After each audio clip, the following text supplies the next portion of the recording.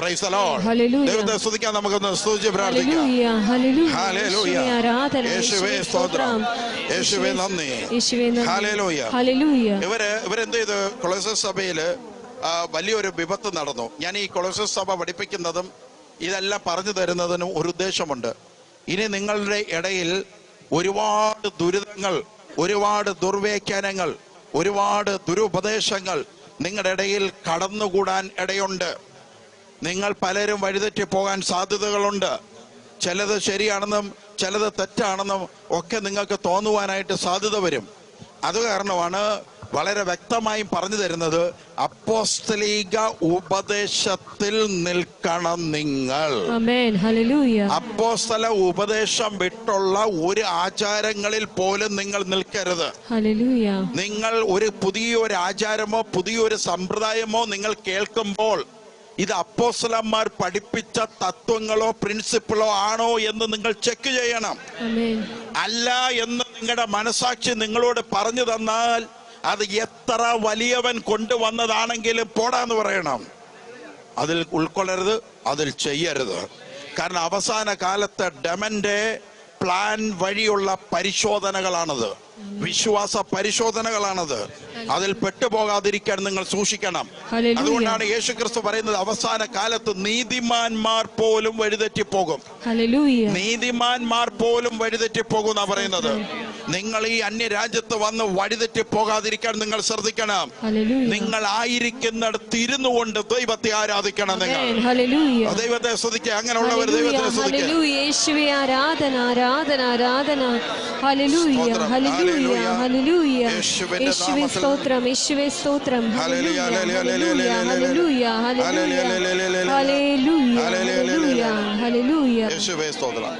ഇവരെടുത്ത മറ്റൊരു പ്ലാനുണ്ട്. ആദിമസഭക്കാർ നേരിട്ട മറ്റൊരു കാര്യം ഞാൻ നിങ്ങളുടെ അടുത്ത് പറയാം. ആദിമസഭയിലെ അപ്പോസ്തലന്മാർ നേരിട്ട ഏറ്റവും വലിയൊരു വിഷയമായിരുന്നു. ആൾക്കാരിങ്ങനെ പറഞ്ഞു, ഞാൻ പ്രാർത്ഥിക്കും, ഞാനിങ്ങനെ തപസ്സിരുന്ന് പ്രാർത്ഥിക്കുമ്പോൾ എനിക്ക് കിട്ടുന്ന ദർശനങ്ങൾ, ആ ദർശനങ്ങളാണ് യഥാർത്ഥ ബൈബിൾ വ്യാഖ്യാനം. മനസ്സിലാകുന്നുണ്ടോ? ഇത് ആദിമസഭക്കാർ പഠിപ്പിച്ചു. ആദിമസഭയിലെ നുഴഞ്ഞുകയറ്റക്കാരെന്നാണ് അതിനെ ദൈവശാസ്ത്ര ആൾക്കാർ പറയുന്ന നുഴഞ്ഞുകയറ്റക്കാർ എന്നാ പറയുന്നത്. എന്നുവെച്ചാൽ പുതിയ ഉപദേശമായിട്ട് നുഴഞ്ഞു കയറിയവര്. ഇവര് പഠിപ്പിക്കുന്ന എന്താന്ന് പറഞ്ഞു കഴിഞ്ഞാൽ, ഞാനിങ്ങനെ പ്രെയർ ചെയ്യുമ്പോൾ എനിക്ക് ദർശനം കിട്ടുവാണെങ്കിൽ ആ ദർശനം ഒരു ബൈബിളിന്റെ വ്യാഖ്യാനം അനുസരിച്ചിട്ടാണ് കിട്ടുന്നതെങ്കിൽ ആ കിട്ടിയ വ്യാഖ്യാനമാണ് കറക്റ്റ്. അങ്ങനെയാണ്.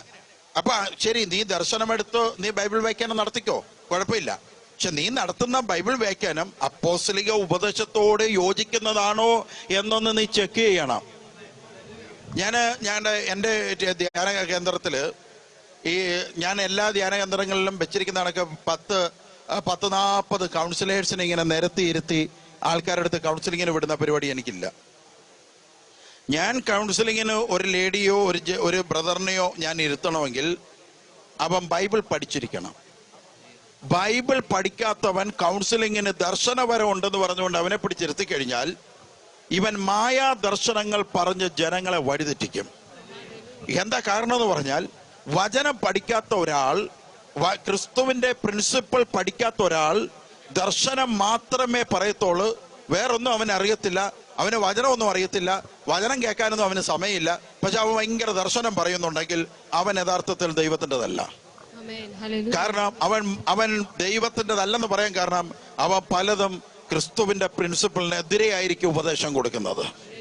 അത് പലതും തെറ്റായി വരാനായിട്ട് സാധ്യതയുണ്ട്. അതുകൊണ്ട് ഞാൻ എൻ്റെ ധ്യാന കേന്ദ്രത്തിൽ ഞാൻ ഒരാളെ കൗൺസിലിങ്ങിന് ഇരുത്തണമെങ്കിൽ അവരുടെ ഞാൻ മസ്റ്റ് പറയും, വചനം പഠിക്കണം. ആഴ്ചയിൽ ഒരിക്കൽ വചന ക്ലാസ്സുകളുണ്ട്, വചനം പഠിക്കണം. അപ്പോസ്തലന്മാർ പഠിപ്പിച്ച അതേ പ്രിൻസിപ്പിളിൽ നിന്നുകൊണ്ട് പഠിക്കണം. അങ്ങനെ പഠിക്കുമ്പോഴേ നിങ്ങൾ ഉപദേശിക്കുമ്പോൾ നിങ്ങൾ കാണുന്ന ദർശനങ്ങൾ അത് വചന അടിസ്ഥാനത്തിലാക്കിയിട്ട് അവർക്ക് ഉപദേശം കൊടുക്കാൻ നിങ്ങൾക്ക് സാധിക്കും. അപ്പൊ തെറ്റ് വരത്തില്ല. ഈ തെറ്റ് വന്നുകൊണ്ട് നിങ്ങൾ മരിക്കാൻ ഇടയായി കഴിഞ്ഞാൽ, നിങ്ങളുടെ ഉപദേശത്തിൽ തെറ്റ് വരുത്തിയിട്ട് നിങ്ങൾ മരിക്കാൻ ഇടയായി കഴിഞ്ഞാൽ കഠിനമേറിയ ശിക്ഷ മരണത്തിന് ശേഷം ആ ആത്മാവിന് കിട്ടും. ശിക്ഷയായിരിക്കും കിട്ടുന്നത്.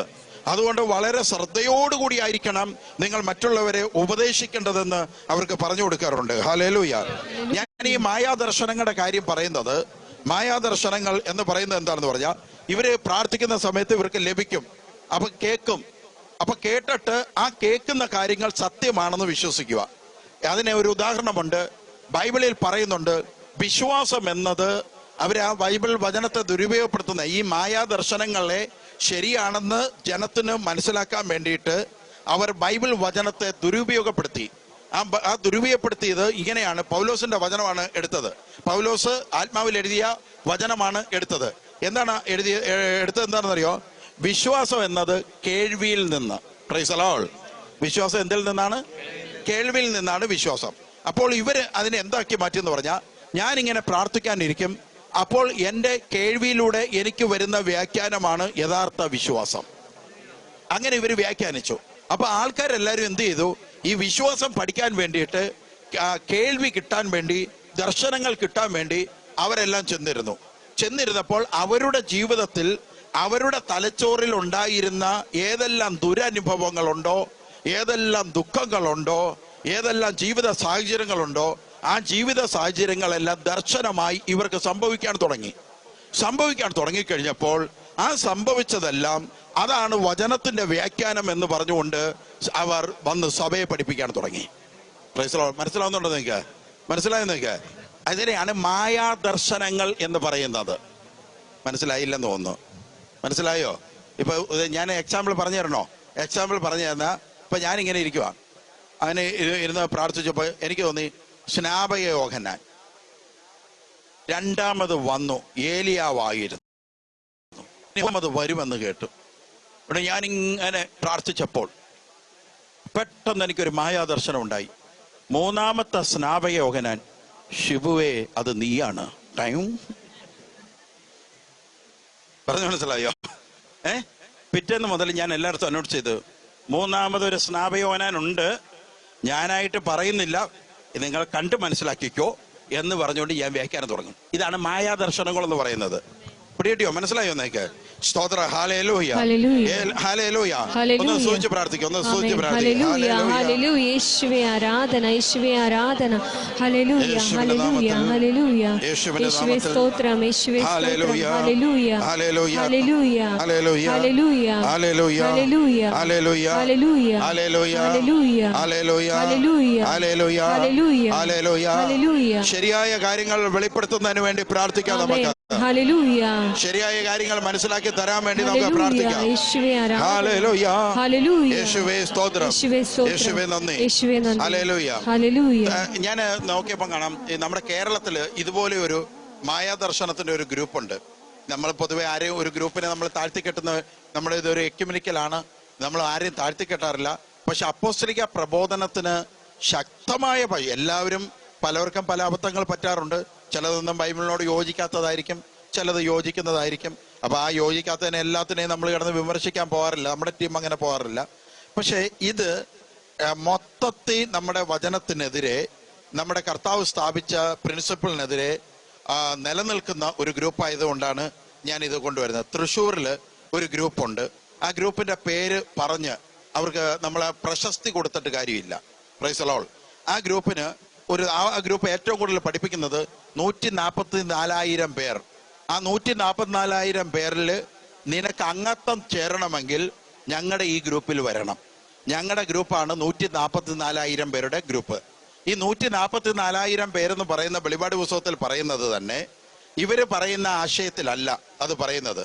144,000 പേരെന്ന് പറഞ്ഞാൽ വേർപാടെടുത്ത വിശ്വാസികളുടെ ഒരു എണ്ണമറ്റ എന്ന് വെച്ചാൽ എണ്ണാൻ പറ്റാത്ത വിധത്തിലുള്ള ആത്മാക്കളുടെ കണക്കാണത്. അതിന്റെ വ്യാഖ്യാനം വേറെയാണ്. അതിന്റെ വ്യാഖ്യാനം ഞാൻ യൂട്യൂബിൽ ഇട്ടിട്ടുണ്ട്. അപ്പൊ അതാണ് അതിന്റെ സത്യാവസ്ഥ. ഇവർ പറയുന്നതല്ല അതിന്റെ വ്യാഖ്യാനം. Price the Lord, hallelujah. ഇവർ ആ വ്യാഖ്യാനം എന്തിനു വേണ്ടി ഉപയോഗിച്ചു? 144,000 പേരെന്ന് പറയുന്ന ഒരു വ്യാഖ്യാനം എന്തിനു വേണ്ടി ഉപയോഗിച്ചു? തൃശ്ശൂരുള്ള അവരുടെ കൂടാരത്തിൽ ആൾക്കാർ എത്താൻ വേണ്ടി ഉപയോഗിച്ചു. ദൈവരാജ്യത്തിലേക്ക് എത്താൻ വേണ്ടി അത് ഉപയോഗിച്ചില്ല. എവിടേക്ക് എത്താൻ വേണ്ടി ഉപയോഗിച്ചു? നിങ്ങൾ ചിന്തിക്കുക. നിങ്ങൾ വൃക്ഷത്തെ നോക്കുമ്പോൾ അതിന്റെ ഫലം നോക്ക്. ഞാനിവിടെ പ്രസംഗിക്കുന്നത് മുഴുവൻ എന്നിലേക്ക് നിങ്ങളെ അടുപ്പിക്കാനും എൻ്റെ പ്രയർ ഗ്രൂപ്പിനെ വളർത്തുവാനും വേണ്ടിയിട്ടാണ് ഞാൻ ഇവിടെ പ്രസംഗിക്കുന്നതെങ്കിൽ നിങ്ങൾ എന്നെ ഒരിക്കലും അപ്പോസ്തലിക വരമുള്ള അല്ലെങ്കിൽ ക്രിസ്തു അയച്ച ഒരാളായിട്ട് നിങ്ങൾ എന്നെ സ്വീകരിക്കരുത്. ഒരിക്കലും. പറഞ്ഞു മനസ്സിലാവുന്നുണ്ടോ? നിങ്ങൾ ഒരിക്കലും എന്നെ അംഗീകരിക്കരുത്. ഞാൻ ഇനി എത്ര വാചകം അടിച്ചാലും, എത്ര പ്രവചനങ്ങൾ പറഞ്ഞാലും, എത്ര ദർശനം പറഞ്ഞാലും നിങ്ങൾ എന്നെ അംഗീകരിക്കരുത്. കാരണം ഞാൻ കർത്താവ് അയച്ച ആളല്ല. മറിച്ച് ഞാൻ സ്വർഗത്തിലേക്കാണ് നിങ്ങളെ നയിക്കാൻ ശ്രമിക്കുന്നതെങ്കിൽ, ഞാൻ യേശുവിലേക്കാണ് നിങ്ങളെ നയിക്കാൻ ശ്രമിക്കുന്നതെങ്കിൽ മാത്രമേ നിങ്ങൾ എന്നെ വിശ്വസിക്കാവൂ. Praise the Lord. Hallelujah. Hallelujah. Hallelujah. യേശുവേ സ്തോത്രം. യേശുവേ നന്ദി. ഹല്ലേലൂയ. ഹല്ലേലൂയ. ഹല്ലേലൂയ. ഹല്ലേലൂയ. ഇനി രണ്ടാമത് ഇവരുടെ പഠനത്തില് രണ്ടാമത് വന്ന പഠനം നിങ്ങൾക്ക് വളരെ, ഞാനത് ആരെയും ഇതല്ല, നിങ്ങൾ അറിയാൻ വേണ്ടി, നിങ്ങൾ വഴിതെറ്റിപ്പോകരുത്, അതുകൊണ്ടാണ് ഞാൻ പറയുന്നത്. രണ്ടാമത് വന്ന പഠനം ഇതാണ്: വിശ്വാസം എന്നത് ഏതിലൂടെ ലഭിക്കണം? നേരത്തെ ഞാൻ പഠിപ്പിച്ചു തന്നു. ഏതിലൂടെ ലഭിക്കണം? കേൾവിയിലൂടെ ലഭിക്കണം. അപ്പൊ കേൾവിയിലൂടെ എങ്ങനെയാ ലഭിക്കുന്നത്? എങ്ങനെയാ? ഇരുന്ന് പ്രാർത്ഥിക്കുമ്പോൾ നമുക്ക് എന്ത് കിട്ടണം? ഈ ദൂത് കിട്ടണം. അങ്ങനെയാണ് കേൾവിയിലൂടെ. അപ്പൊ അവിടെ പോകുന്നവർക്കെല്ലാം പറയും വിശ്വാസം എന്നത് കേൾവിയിലൂടെ പഠിപ്പിക്കണം.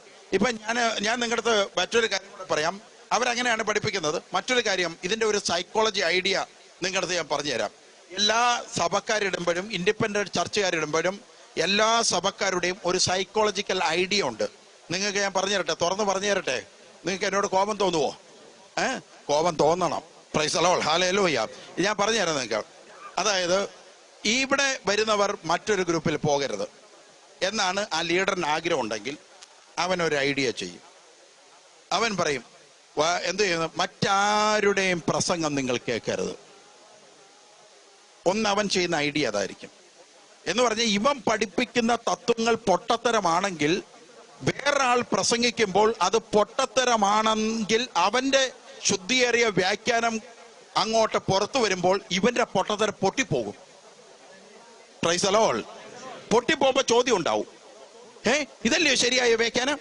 അപ്പൊ ഈ വ്യാഖ്യാനം നിങ്ങൾ ഈ പഠിപ്പിച്ചത് എങ്ങനെ ശരിയാകും? ചോദ്യം ഉണ്ടാവുമോ? എന്നോടായാലും ഉണ്ടാവത്തില്ലേ? ഉണ്ടാവത്തില്ലയോ? ഈ ചോദ്യം ഉണ്ടാവും. അപ്പൊ ഈ ചോദ്യം ഉണ്ടായാൽ ആരുടെ പൊട്ടത്തരം അവസാനിക്കും?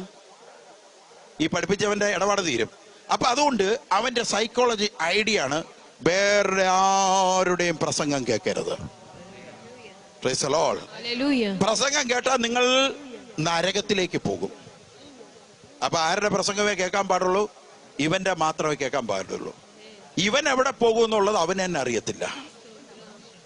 സ്തോത്രം. Praise the Lord. Hallelujah. Right. ഇത് കണ്ടോ? മനസ്സിലാവുന്നുണ്ടോ നിങ്ങൾക്ക്? രണ്ടാമത് ആളെ വിടാതിരിക്കാൻ നിങ്ങൾ കൂട്ടുകൂടുമ്പോൾ, നിങ്ങൾ പുതിയൊരു സബ്ജക്റ്റുമായിട്ട് വന്നതാണെങ്കിൽ നിങ്ങൾ കൂട്ടുകൂടുമ്പോൾ നിങ്ങളുടെ സഹോദരങ്ങൾ, നിങ്ങളുടെ ബന്ധുക്കൾ, ഇവരായിരിക്കും പിന്നീട് കരടെന്ന് പറയുന്നത്. ഈ സഹോദരങ്ങൾ, ബന്ധുക്കൾ പിന്നെ കരടാ. ഈ പ്രയർ ഗ്രൂപ്പിലേക്ക് വന്ന് ഈ പുതിയ സിദ്ധാന്തങ്ങൾ പഠിപ്പിക്കുമ്പോൾ ഈ സഹോദരങ്ങളും ബന്ധുക്കളും എന്ത് ചെയ്യും? ഇത് മാറ്റിക്കളയും. ഇത് ശരിയല്ലടാ, നിന്റെ ഈ പോക്ക് ശരിയല്ലടാ എന്ന് പറയും. അപ്പോൾ എന്ത് ചെയ്യും?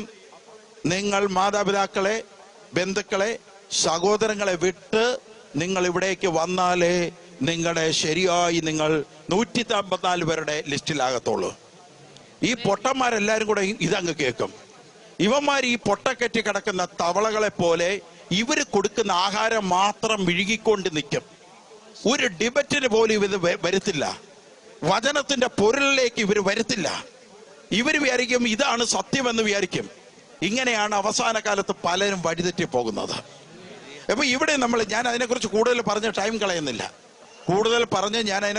കളയുന്നില്ല. നിങ്ങൾ മനസ്സിലാക്കേണ്ട മറ്റൊരു കാര്യത്തിലേക്ക് ഞാൻ വരികയാണ്. നിങ്ങൾ ശ്രദ്ധിക്കേണ്ട ഒരു വിഷയം. ഇവർ പറയുന്ന മറ്റൊരു കാര്യം, വിചിത്രമായ ചില കാര്യങ്ങൾ ഞാൻ പറയാം. തൃശ്ശൂരിലെ ഒരു കൂടാരം പറയുന്നതും ജനങ്ങളെ വഴിതെറ്റിച്ചുകൊണ്ടിരിക്കുന്നതായ വളരെ വിചിത്രമായ ചില കാര്യങ്ങൾ പറയാതിരിക്കാൻ പറ്റത്തില്ല, അല്ലെങ്കിൽ ജനങ്ങൾ നഷ്ടപ്പെട്ടുകൊണ്ടിരിക്കും. അത് കാരണമാണ് ഇത് പറയുന്നത്. ഒന്ന്, അവർ പറയുന്നത് വിശ്വാസം നിന്ന് കേൾക്കണം. ഈ വിശ്വാസം എങ്ങനെ ഉണ്ടാവുന്നത്? കേൾവി നിന്നാ. എന്ത് കേൾവി നിന്നാ ഉണ്ടാകുന്നത്? ബൈബിളിൽ പറയുന്നുണ്ട്. എന്ത് കേൾവി നിന്നാ? ക്രിസ്തുവിനെ കുറിച്ചുള്ള പ്രസംഗത്തിൽ നിന്നാണ് ഉണ്ടാകുന്നത്. അത് കട്ട് ചെയ്യും.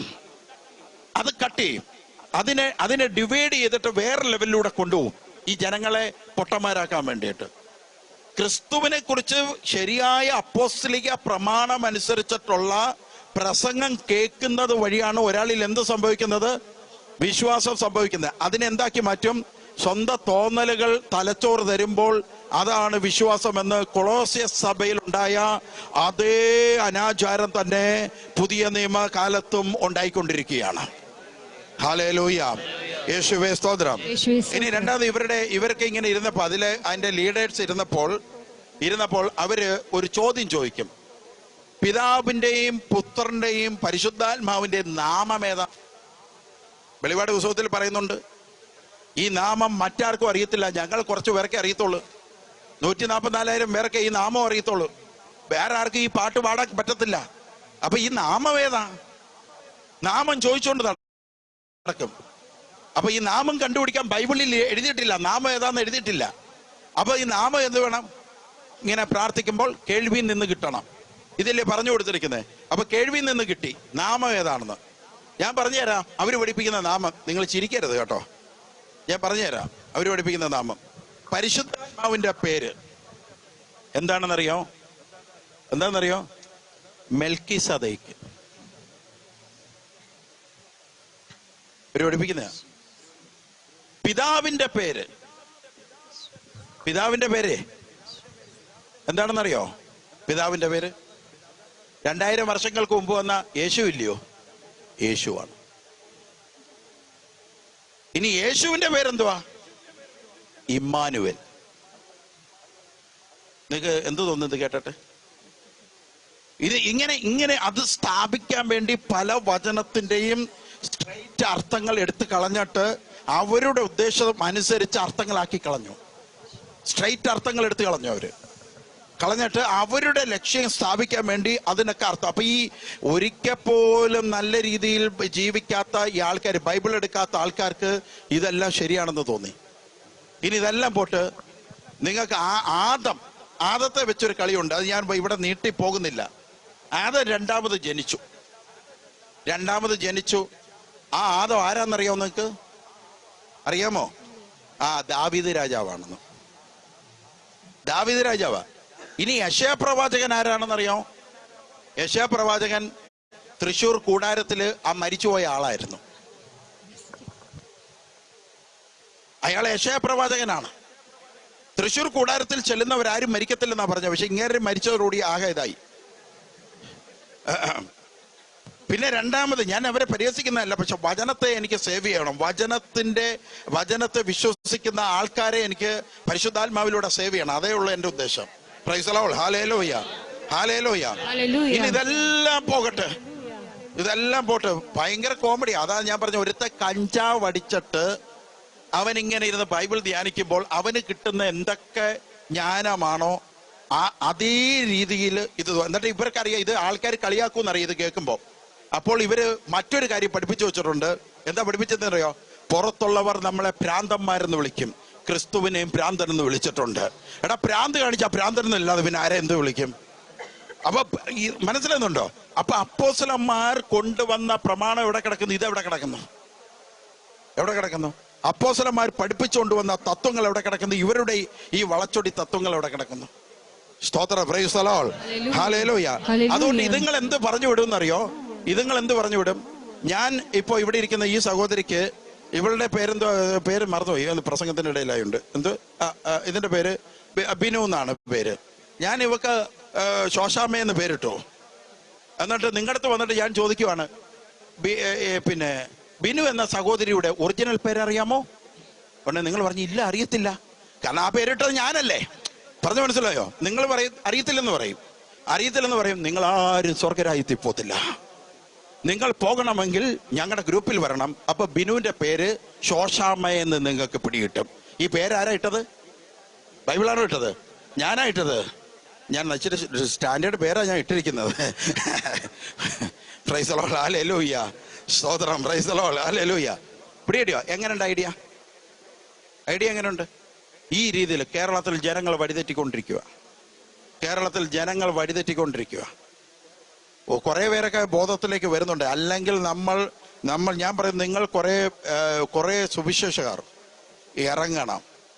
ശക്തമായി ക്രിസ്തുവിന്റെ വചനം. ആരും മിണ്ടാതിരിക്കുന്നത് വഴി വരുന്ന പ്രശ്നം എന്താന്ന് പറഞ്ഞാൽ, ഈ കാപട്യം വർദ്ധിക്കും. ഇവര് കാപട്യം വർദ്ധിക്കുന്ന എന്താന്ന് പറയും, ഇവര് ഒരു പ്രസംഗം പോലും ഇവര് പുറത്തു വിടത്തില്ല. ഒരു യൂട്യൂബിൽ പോലും ഒരു പ്രസംഗം വിടത്തില്ല. ഇട്ട ആൾക്കാർ വെച്ച അലക്കും. പറഞ്ഞു മനസ്സിലുന്നുണ്ടോ? പ്രസംഗം വിടത്തില്ല. കേൾവിയിലൂടെയാണ്, വാമൊഴിയായി രഹസ്യത്തിൽ ആൾക്കാരെ മാറ്റുന്ന പൈശാചിക തന്ത്രമാണ് ഇവർ യൂസ് ചെയ്തുകൊണ്ടിരിക്കുന്നത്. സ്തോത്ര, പ്രൈസ് ദി ലോർഡ്. ഹല്ലേലൂയ. ഒന്ന് സ്തുതിച്ച് പ്രാർത്ഥിക്കാം. നമുക്കൊന്ന് ഹല്ലേലൂയ. സ്തുതിച്ച് യേശുവേ പ്രാർത്ഥിക്കാം. ആരാധന, യേശുവേ ഹല്ലേലൂയ. ആരാധന. ഹല്ലേലൂയ. ഹല്ലേലൂയ. ഹല്ലേലൂയ. യേശുവേ യേശുവേ സ്തുതിക്കുന്നു. സ്തോത്രം. യേശുവേ ഇനി സ്തുതിക്കുന്നു. നമ്മൾ ശ്രദ്ധിക്കേണ്ട അടുത്ത വിഷയത്തിലേക്ക് ഞാൻ വരട്ടെ. നമ്മൾ ശ്രദ്ധിക്കേണ്ട ഒരു വിഷയം, അവർ പറയുന്നത് മാതാവ് ദൈവമാണെന്നാണ് പറയുന്നത്. മൊത്തം 4 ദൈവങ്ങളാണ് ഉള്ളത്. കേൾക്കുന്നുണ്ടോ എല്ലാവരും? 4 ദൈവങ്ങളാണ് ഉള്ളത്. ഒന്നാമത്തെ ദൈവം പിതാവായ ദൈവം, രണ്ടാമത്തത് പുത്രനായ ദൈവം, മൂന്നാമത്തത് പരിശുദ്ധാത്മാവായ ദൈവം, നാലാമത്തത് മാതാവായ ദൈവം. അങ്ങനെ 4 ദൈവം ഉണ്ടെന്നാണ് പറയുന്നത്. ഞാൻ പറയുന്നതൊക്കെ സത്യമായ കാര്യം കേട്ടോ. അവിടെ പോയവർ കൗൺസിലിങ്ങിന് വന്നുകൊണ്ടിരിക്കുക. അവിടെ പോയിട്ടുള്ളവർ ഇറങ്ങിയിട്ട് ജീസസ് വിഷനിൽ കൗൺസിലിങ്ങിന് വന്നുകൊണ്ടിരിക്കുക. കേട്ട് സ്തംഭിച്ചു പോകുക. Price the Lord. കുറെ പേരെ മാറ്റിയെടുത്തു, കുറെ പേരെ യേശുവിലേക്ക് കൊണ്ടുവന്നു, കുറെ പേരെ കൊണ്ടുവന്നു. ഞാൻ ഹല്ലേലൂയ. നമ്മുടെ ജീസസ് വിഷൻ ഒരുപാട് പേരെ കൊണ്ടുവരുന്നുണ്ട്. ആമേൻ. ഹല്ലേലൂയ. ഹല്ലേലൂയ. സ്തോത്രം. Praise the Lord. Hallelujah. Hallelujah. യേശുവേ സ്തോത്രം. യേശുവേ സ്തോത്രം. ഇവര് അതുകൊണ്ട് മാതാവ് യേശു ജനിച്ചിട്ടുണ്ട് എന്ന് പറഞ്ഞു. ഇവര് യേശു ജനിച്ചിട്ടുണ്ട്, ഇന്ത്യയിൽ എവിടെ ഉണ്ടെന്ന് പറയുന്നുണ്ട്. അതെല്ലാം അങ്ങനെ പഠിപ്പിച്ചു. ഒരു 5-7 കൊല്ലം കഴിഞ്ഞപ്പോൾ ഇവർക്ക് ഒരു അത്ഭുത ശിശു അവിടെ പ്രസവിച്ചു. അപ്പൊ അത് പ്രസവിച്ചു. വിവാഹം കഴിക്കാതെ ഒരു സ്ത്രീ അവിടെ ഒരു കുഞ്ഞിനെ പ്രസവിച്ചു. അത് ആണായിരിക്കുമെന്നാണ് വിശ്വസിച്ചത്. ആണായിരുന്നെങ്കിൽ അതിനെ ക്രിസ്തുവാക്കിയേനെ. അപ്പൊ പെണ്ണായി പോയപ്പോ നേരെ അങ്ങ് മാതാവാക്കി. അപ്പൊ 8 വർഷത്തിന് മുമ്പ് ക്രിസ്തു ജനിച്ചത് ആരിൽ നിന്നാന്തരം? ഈ ജനിച്ച കൊച്ചു മാതാവാണെങ്കിൽ 8 വർഷത്തിന് മുമ്പ് നിങ്ങൾ പറഞ്ഞല്ലോ ക്രിസ്തു ജനിച്ചിട്ടുണ്ടെന്ന്. അപ്പൊ അതിനെ പ്രസവിച്ച ആ മാതാവ് ഇനിയിപ്പോ എന്തു ചെയ്യും? ഇനി രണ്ടാമത് ശ്രദ്ധിക്കുക, അത് ആ ഒരു ചോദ്യം അവിടെ കിടക്കുന്നു. രണ്ടാമത് മാതാവ് ജ്ഞാനമാണ്. അതാണ് അവർ പഠിപ്പിക്കുന്നത്. മാതാവാണ് യഥാർത്ഥ ജ്ഞാനം എന്ന് പഠിപ്പിക്കുക. ഇപ്പൊ ഈ കൂടാരത്തിലുള്ള മാതാവ് ജനിച്ച ആ കുഞ്ഞ് വളർന്നുകൊണ്ടിരിക്കുകയല്ലേ, അത് മാതാവില്ലയോ? അതിനെ ഹിന്ദി പഠിപ്പിക്കാൻ ട്യൂഷനുണ്ട്, ഇംഗ്ലീഷ് പഠിപ്പിക്കാൻ ആളെ വെച്ചിട്ടുണ്ട്, അതിനെ എല്ലാ ഭാഷകളും പഠിപ്പിക്കാനും കണക്ക് പഠിപ്പിക്കാനൊക്കെ ട്യൂഷൻ സാറാ. ഈ ജ്ഞാനമാണെങ്കിൽ ജ്ഞാനത്തെ പഠിപ്പിക്കാൻ വേറൊരു ജ്ഞാനമോ? ഇപ്പൊ തന്നെ നിങ്ങൾക്ക് മനസ്സിലായോ കഞ്ചാവാണ് ഇതിന്റെ പിന്നിൽ എന്നുള്ളത്. ഇതിന്റെ പിന്നിൽ കഞ്ചാവാ, പക്ക കഞ്ചാവാ ഇതിന്റെ പിന്നിൽ. ഇതിന്റെയൊക്കെ പുറകെ പോകുന്ന മണ്ടന്മാരുടെ കാര്യം നിങ്ങളൊന്ന് ആലോചിച്ച് നോക്ക്. സ്തോത്ര, പ്രൈസ് ദി ലോർഡ്. ഇതല്ല നമ്മുടെ സഭ, ഇതല്ല നമ്മുടെ ക്രിസ്തീയ സഭ. ഇതാണെന്ന് നിങ്ങൾ വിചാരിക്കരുത്. ഇതുപോലുള്ള മായാ ദർശനങ്ങളിൽ നിങ്ങൾ ചെന്ന് വീഴരുത്. സ്തോത്ര, പ്രൈസ് ദി ലോർഡ്. അപ്പോസ്തലിക ഉപദേശം ഉണ്ടോ എന്ന് നിങ്ങൾ നോക്കിക്കൊള്ളണം. ദൈവത്തെ ഒന്ന് സ്തുതിക്കാം നമുക്ക്. Hallelujah, hallelujah. ആ ഒരു സംഭവം ഒരിക്കലും ബൈബിളുമായി ബന്ധമില്ലാത്തതാണ്. അതിൽ പോകുന്ന ആരും ദൈവരാജ്യത്തിലേക്ക് പ്രവേശിക്കത്തില്ലെന്ന് ബൈബിൾ ശക്തമായി പഠിപ്പിക്കുന്നുണ്ട്. നിങ്ങളുടെ കുടുംബത്തിൽ നിന്നോ നിങ്ങളുടെ കൂട്ടായ്മയിൽ നിന്ന് ആരെങ്കിലും പോയിട്ടുണ്ടെങ്കിൽ അവരെ നിങ്ങൾ തിരിച്ചു കൊണ്ടുവരിക. ശക്തിയേറിയ സുവിശേഷകരുമായി അവരടുത്ത് പറയാം, നിങ്ങളൊന്ന് ഡിബേറ്റിന് വരാൻ പറയുക. ശക്തിയേറിയ സുവിശേഷകരുമായി അവരിയ്ക്കട്ടെ, വചനവുമായിട്ടിരിക്കട്ടെ. അങ്ങനെ അവരെ ഇരുത്താൻ നിങ്ങൾ തയ്യാറാകുക. സ്തോത്ര, പ്രൈസ് ദി ലോർഡ്.